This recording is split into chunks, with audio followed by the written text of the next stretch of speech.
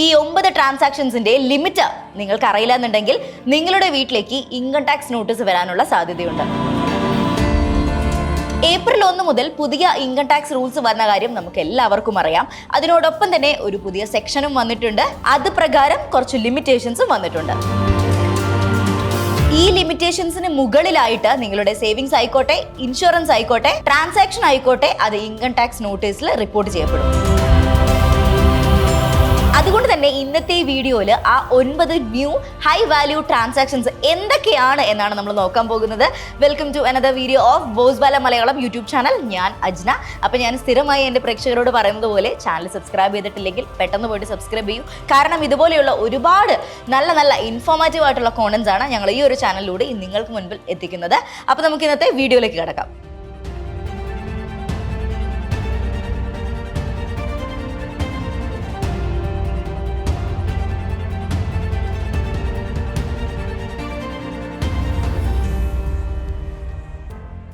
April 1 തൊട്ട് പുതിയ income tax rules വന്നതിനെ തുടർന്ന് നമുക്ക് എല്ലാവർക്കും അറിയാം നമ്മുടെ ഇൻകം, ട്രാൻസാക്ഷൻ, പ്രോപ്പർട്ടി, ഇൻഷുറൻസ് ഇതെല്ലാം 24/7 ഇൻകം ടാക്സ് ഡിപ്പാർട്ട്മെന്റ് നിരീക്ഷിച്ചുകൊണ്ടിരിക്കുകയാണെന്നുള്ളത്. നമ്മുടെ പാൻ കാർഡ് മൂലം എല്ലാം കണക്റ്റഡ് ആയതുകൊണ്ട് തന്നെ ഈച്ച് ആൻഡ് എവറി ട്രാൻസാക്ഷൻസ് ഇപ്പം കൃത്യമായി അവർ മോണിറ്റർ ചെയ്യുന്നുണ്ട്. സോ ഇന്ന് ഞാനിപ്പോൾ ആ 9 ഹൈ വാല്യൂ ട്രാൻസാക്ഷൻസ് എന്തൊക്കെയാണ് നിങ്ങൾ ശ്രദ്ധിക്കേണ്ടത്, അതിന്റെ ലിമിറ്റ്സ് എല്ലാം ഞാൻ പറയാൻ പോവുകയാണ്. അതിന് മുൻപായി ഒരു പ്രധാനപ്പെട്ട കാര്യം കൂടി ഞാൻ സൂചിപ്പിക്കുകയാണ്. The new reporting system. മുൻപുണ്ടായിരുന്ന റിപ്പോർട്ടിംഗ് സിസ്റ്റം എന്ന് പറയുന്നത് സെക്ഷൻ 285BA ആയിരുന്നു. എന്നാൽ ഇപ്പോൾ ഈ സെക്ഷനെ റീപ്ലേസ് ചെയ്ത് new reporting system section 508 under new income tax act കൊണ്ടുവന്നിട്ടുണ്ട്. ഇപ്പൊ പുതുതായി സ്റ്റേറ്റ്മെന്റ് ഓഫ് ഫിനാൻഷ്യൽ ടാക്സ് എന്ന് പറഞ്ഞിട്ടുള്ളൊരു കാര്യം കൂടി വന്നിട്ടുണ്ട്. നിങ്ങൾക്ക് അറിയില്ലെങ്കിൽ ഞാൻ അതും കൂടി ഒന്ന് മെൻഷൻ ചെയ്യാം. ഇതെന്താന്ന് വെച്ച് കഴിഞ്ഞാൽ നിങ്ങളുടെ ബാങ്ക്, പോസ്റ്റ് ഓഫീസ്, കമ്പനീസ് ഇവരെല്ലാവരും നിങ്ങളുടെ ഫൈനാൻഷ്യൽ ട്രാൻസാക്ഷൻ ഈ ഒരു SFT ഫോമിൽ റിപ്പോർട്ട് ചെയ്യും. ഇത് ചെയ്യേണ്ടത് നിർബന്ധിതമായിരിക്കുകയാണ് ഇപ്പോൾ. അതുപോലെ തന്നെ ഏറ്റവും ഇമ്പോർട്ടന്റ് ആയിട്ടുള്ള മറ്റൊരു കാര്യമാണ് AIS, അതായത്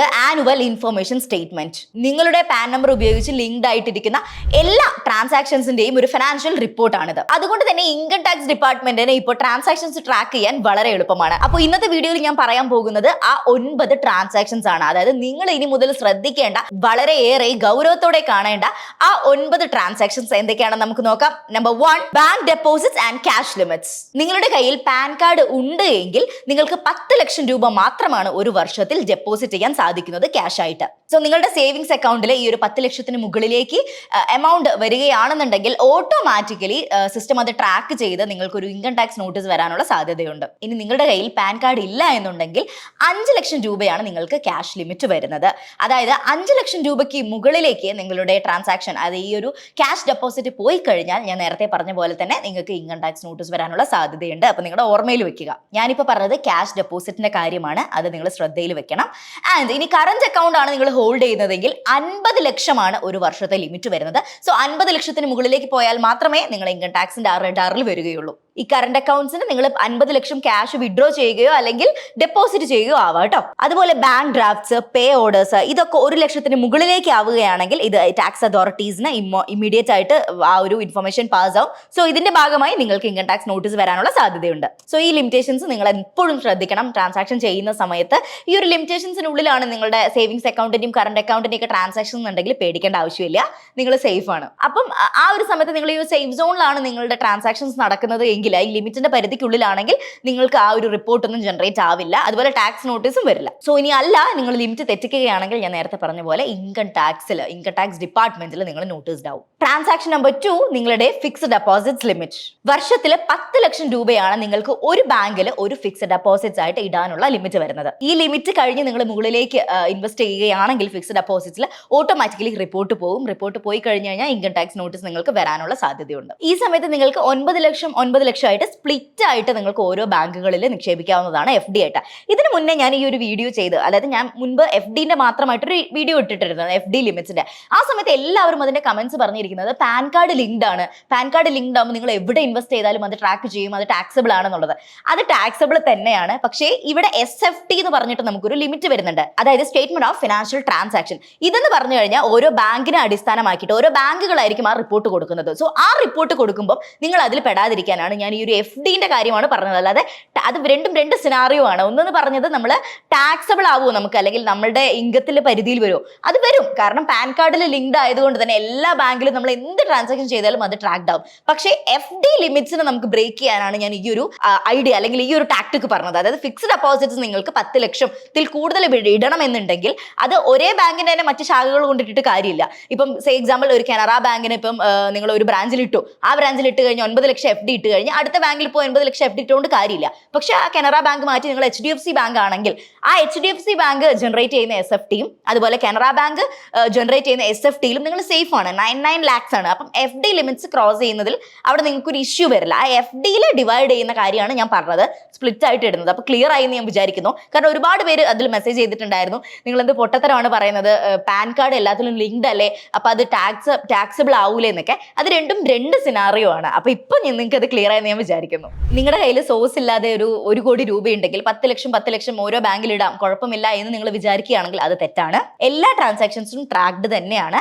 അപ്പം നിങ്ങൾ ഒരു പരിധിയിൽ കൂടുതൽ, നിങ്ങളുടെ ഇൻകത്തിൽ കൂടുതലുള്ള എമൗണ്ട് ഡിഫറെന്റ് ആയിട്ട് ബാങ്കുകളിൽ നിക്ഷേപിച്ചുകൊണ്ട് കാര്യമൊന്നുമില്ല, അത് ട്രാക്ഡ് ആണ്. ഇത് ടാക്സിൽ പെട്ട FD എമൗണ്ട് സ്പ്ലിറ്റ് ചെയ്തിടുന്ന കാര്യമാണ് ഞാൻ പറഞ്ഞത്. ഇനി ടാക്സിൽ പെടാത്ത, നിങ്ങളുടെ കയ്യിൽ കള്ളപ്പണം അല്ലെങ്കിൽ എന്താ പറയുക സോഴ്സ് ഇല്ലാത്ത ഒരു കോടി രൂപയുണ്ട്, ഞാൻ ഡിഫറെന്റ് ബാങ്കുകളിൽ 99 lakhs വീതം FD ആയിട്ട് ഇട്ടോട്ടെ എന്ന് പറഞ്ഞാൽ അത് കംപ്ലീറ്റ്ലി തെറ്റാണ്. കാരണം ഇൻകം ടാക്സ് നിങ്ങളെ നോട്ടീസ് ചെയ്യുന്നുണ്ട്.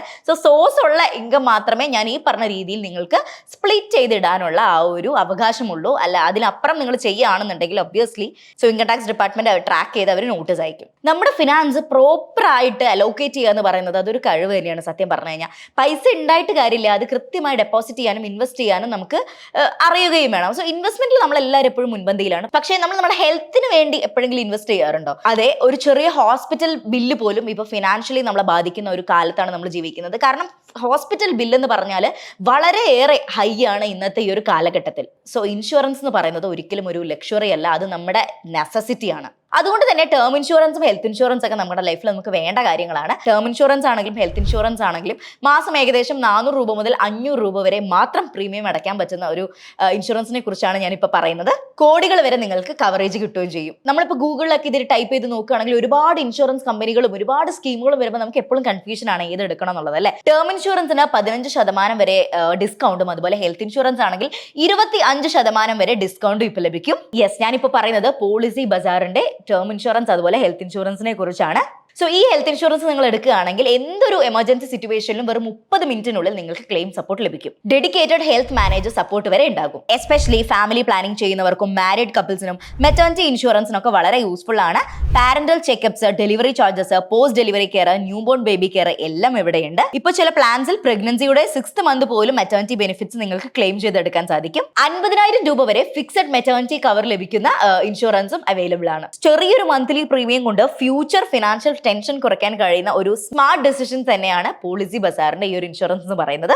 കൂടുതൽ ഡീറ്റെയിൽസ് നിങ്ങൾക്ക് അറിയണമെന്നുണ്ടെങ്കിൽ ഡിസ്ക്രിപ്ഷൻ ചെക്ക് ചെയ്ത് ലിങ്ക് നോക്കാൻ മറക്കണ്ട. അപ്പൊ നമുക്ക് വീഡിയോയിലേക്ക് തിരിച്ചു വരികയാണെങ്കിൽ നമ്മുടെ മൂന്നാമതായി നമ്മൾ ശ്രദ്ധിക്കേണ്ട ട്രാൻസാക്ഷൻസ് എന്ന് പറയുന്നത് credit card payments. Credit card limits പറയുകയാണെങ്കിൽ നിങ്ങൾ ഒരു വർഷത്തിൽ 1 ലക്ഷം രൂപ ക്യാഷ് ആയിട്ട് നിങ്ങൾ പേയ്മെന്റ് ചെയ്യുകയാണെന്നുണ്ടെങ്കിൽ നിങ്ങൾക്ക് ഇൻകം ടാക്സ് നോട്ടീസ് വരാനുള്ള ചാൻസ് ഉണ്ട്. അവിടെ 1 ലക്ഷം രൂപയാണ് ലിമിറ്റ് വരുന്നത് കേട്ടോ. അപ്പൊ നിങ്ങൾ വിചാരിക്കും 1 ലക്ഷം രൂപയല്ല, എന്റെ കയ്യിൽ 5 കാർഡ് ഉണ്ട്, 5 കാർഡിൽ ഞാൻ ഓരോ ലക്ഷം വീതം ക്രെഡിറ്റ് കാർഡിൽ സ്പെൻഡ് ചെയ്യാം എന്നുള്ളത്. പക്ഷെ അത് തെറ്റാണ്, അങ്ങനെ ചെയ്തിട്ടും കാര്യമില്ല. കാരണം ഇത് യൂസ് ചെയ്യുന്ന ഒരാളാണ്, അതുപോലെ തന്നെ ഒരാളുടെ ഇൻകത്തിൽ നിന്നാണ് ഇത് പോകുന്നത്. അപ്പൊ നിങ്ങൾക്ക് അത്രയും ഇൻകം ഉണ്ടെന്നുണ്ടെങ്കിൽ നിങ്ങൾക്ക് പേടിക്കാനല്ല, നിങ്ങൾക്ക് സോഴ്സ് അവിടെ കാണിക്കാൻ സാധിക്കും.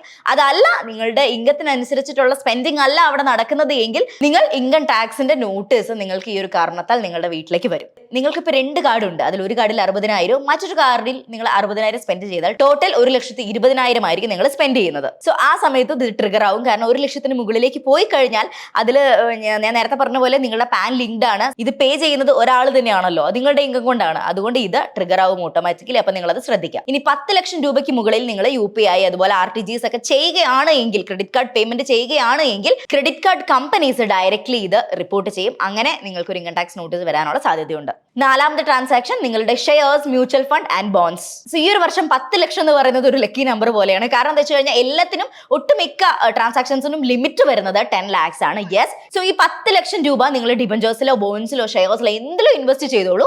ആ 10 ലക്ഷത്തിന് മുകളിലേക്കുള്ള ലിമിറ്റ് ക്രോസ് ചെയ്ത് കഴിഞ്ഞാൽ ഡെഫിനറ്റ്ലി ഓട്ടോമാറ്റഡ് ആയിട്ട് നിങ്ങൾക്ക് ഇൻകം ടാക്സ് നോട്ടീസ് വരാനുള്ള ചാൻസ് ഉണ്ട്. നിങ്ങൾ ആ റഡാറിൽ പെടും. സോ ഈ ഒരു ലിമിറ്റേഷൻ എമൗണ്ട് 10 lakhs നിങ്ങൾ ഓർത്തോളൂ. സോ 10 ലക്ഷം രൂപ ചെയ്യുകയാണെങ്കിൽ സേഫ് ആണ്, ഒരു പ്രശ്നവുമില്ല. അതിന് മുകളിലേക്ക് പോവുകയാണെങ്കിൽ നിങ്ങൾ ഒരു കൃത്യമായ സോഴ്സോട് കൂടി നിങ്ങൾ റെഡി ആയിട്ട് ഇരുന്നോളൂ. നിങ്ങളുടെ അടുത്തേക്ക് ഇൻകം ടാക്സ് ഡിപ്പാർട്ട്മെന്റ് എന്തായാലും ഒരു എക്സ്പ്ലനേഷന് വേണ്ടി വന്നിരിക്കും. Transaction number 5, buy back of shares. ഒരു കമ്പനിയുടെ ഷെയർസ് നിങ്ങളുടെ കയ്യിലുണ്ട്, ഒരുപാട് ഷെയർസ് നിങ്ങൾ ഉണ്ടെന്നുണ്ടെങ്കിൽ അത് പീക്കായി നിൽക്കുന്ന സമയത്ത് നിങ്ങൾ വിൽക്കാൻ പോവുകയാണ് എങ്കിൽ അത് 10 ലക്ഷം രൂപയ്ക്ക് മുകളിലേക്ക് പോവുകയാണെങ്കിൽ അത് SFT റിപ്പോർട്ടിംഗിൽ വരും. സോ ആ എമൗണ്ട് എക്സീഡ് ചെയ്യുകയാണെങ്കിൽ 10 ലക്ഷം രൂപ എമൗണ്ട് എക്സീഡ് ചെയ്യുകയാണെന്നുണ്ടെങ്കിൽ നിങ്ങൾ ആ ഒരു റിപ്പോർട്ടിൽ നിങ്ങളുടെ പേരും വരും, നിങ്ങൾ അതിൽ ട്രാക്ഡ് ആവും.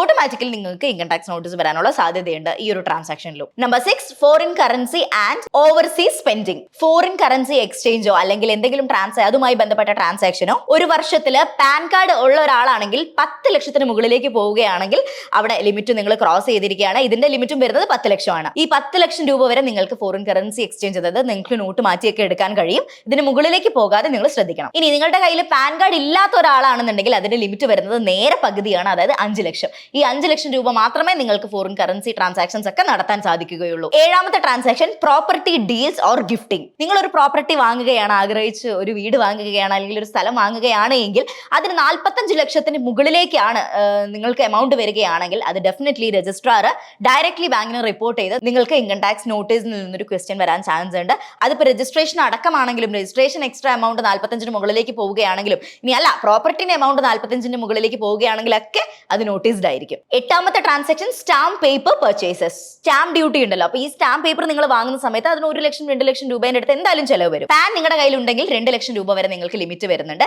2 ലക്ഷത്തിന് മുകളിലേക്ക് പോവുകയാണെങ്കിൽ അത് റിപ്പോർട്ട് ചെയ്യപ്പെടും. പാൻ കാർഡ് ഇല്ലാന്നുണ്ടെങ്കിൽ വെറും 1 ലക്ഷം രൂപ മാത്രമാണ് ലിമിറ്റ് വരുന്നത്. സോ ഈ ഒരു ലിമിറ്റേഷൻ നിങ്ങൾ തെറ്റിക്കുകയാണെങ്കിൽ ഒബ്വിയസ്ലി നിങ്ങൾക്ക് ഇൻകം ടാക്സ് ഡിപ്പാർട്ട്മെന്റിൽ നിന്ന് ക്വസ്റ്റ്യനിങ് വരും. ഇതിന്റെ എക്സ്പ്ലനേഷൻ നിങ്ങൾ കൊടുക്കേണ്ടി വരും. വിത്ത് സോഴ്സ് നിങ്ങളുടെ കയ്യിൽ ഉണ്ടാകണം. The last point is that is 9th one, insurance premium. നിങ്ങളൊരു വലിയൊരു കൂട്ടുകുടുംബമാണ്, ഒരുപാട് അംഗങ്ങളുള്ള ഒരു കുടുംബത്തിലാണെങ്കിൽ എല്ലാവർക്കും ഇൻഷുറൻസ് പോളിസി ഉണ്ടെങ്കിൽ നിങ്ങൾ വലിയൊരു എമൗണ്ട് ഒരാളാണ് അടയ്ക്കുന്നതെങ്കിൽ വർഷത്തിൽ പാൻ കാർഡ് ഉണ്ടെങ്കിൽ 5 ലക്ഷം രൂപ മാത്രമേ ഇൻഷുറൻസ് നിങ്ങൾ അടയ്ക്കാൻ സാധിക്കുകയുള്ളൂ നിങ്ങൾക്ക് ഒരാൾക്ക്. ഇപ്പൊ ഞാൻ പറഞ്ഞത് ക്യാഷ് ആയിട്ടാണ് കേട്ടോ. ക്യാഷ് ആയിട്ട് നിങ്ങൾക്ക് 5 ലക്ഷം രൂപയെ അടയ്ക്കാൻ സാധിക്കുകയുള്ളൂ. ആൻഡ് വിതൗട്ട് പാൻ, നിങ്ങളുടെ കയ്യിൽ പാൻ ഇല്ല എന്നുണ്ടെങ്കിൽ 2.5 lakhs, അതായത് 2.5 ലക്ഷം മാത്രമേ നിങ്ങൾക്ക് ക്യാഷ് ആയിട്ട് പേയ്മെന്റ് ചെയ്യാനുള്ളൊരു ലിമിറ്റ് വരുന്നത്. സോ ഇതൊക്കെ ഓട്ടോമാറ്റിക് ആയിട്ടാണ് ബാങ്ക് ജനറേറ്റ് ചെയ്യുന്നത്. അതിനൊരു സിസ്റ്റം തന്നെ ഇപ്പൊ ഉണ്ട്. ഞാൻ പറഞ്ഞല്ലോ, ഇപ്പൊ അതിനൊരു പുതുതായിട്ടൊരു സിസ്റ്റം തന്നെ ഉണ്ട്. ആരും മാനുവലി ഇരുന്ന് ചെയ്തു കൊടുക്കേണ്ട ആവശ്യമില്ല. അതായത് നിങ്ങൾ ആ ലിമിറ്റ് ക്രോസ് ചെയ്താൽ ഓട്ടോമാറ്റിക്കലി ഇത് ഇൻകം ടാക്സ് ഡിപ്പാർട്ട്മെന്റിലേക്ക് പോകും. അവിടുന്ന് ഡയറക്ട്ലി നിങ്ങൾക്ക് കോൾ വരും അല്ലെങ്കിൽ ഇൻകം ടാക്സ് നോട്ടീസ് വരും. സോ ഈ ഒരു SFT റിപ്പോർട്ട് പോകാണ്ട് നോക്കേണ്ടത് നിങ്ങളുടെ ഉത്തരവാദിത്തമാണ്. ഞാനിപ്പോൾ പറഞ്ഞ 9 പോയിന്റ്, അതായത് FD limits and property limits, ഇതെല്ലാം ഓരോരോ വീഡിയോ ആയിട്ട് തന്നെ നമ്മൾ ഈ ഒരു ചാനലിൽ ചെയ്തിട്ടുണ്ട്. സോ അത് വേണമെന്നുണ്ടെങ്കിൽ നിങ്ങളൊന്ന് പോയിട്ട് ചെക്ക് ചെയ്തോളൂ. ആൻഡ് ഇതുപോലെയുള്ള ഒരുപാട് ഇൻട്രസ്റ്റിംഗ് വീഡിയോസ് ആയിട്ട് ഞങ്ങൾ ഇനിയും നിങ്ങളുടെ മുമ്പിൽ എത്തുന്നതായിരിക്കും. So stay tuned with Boswala Malayalam YouTube channel. It's me Ajna signing off. Bye. Thanks for watching.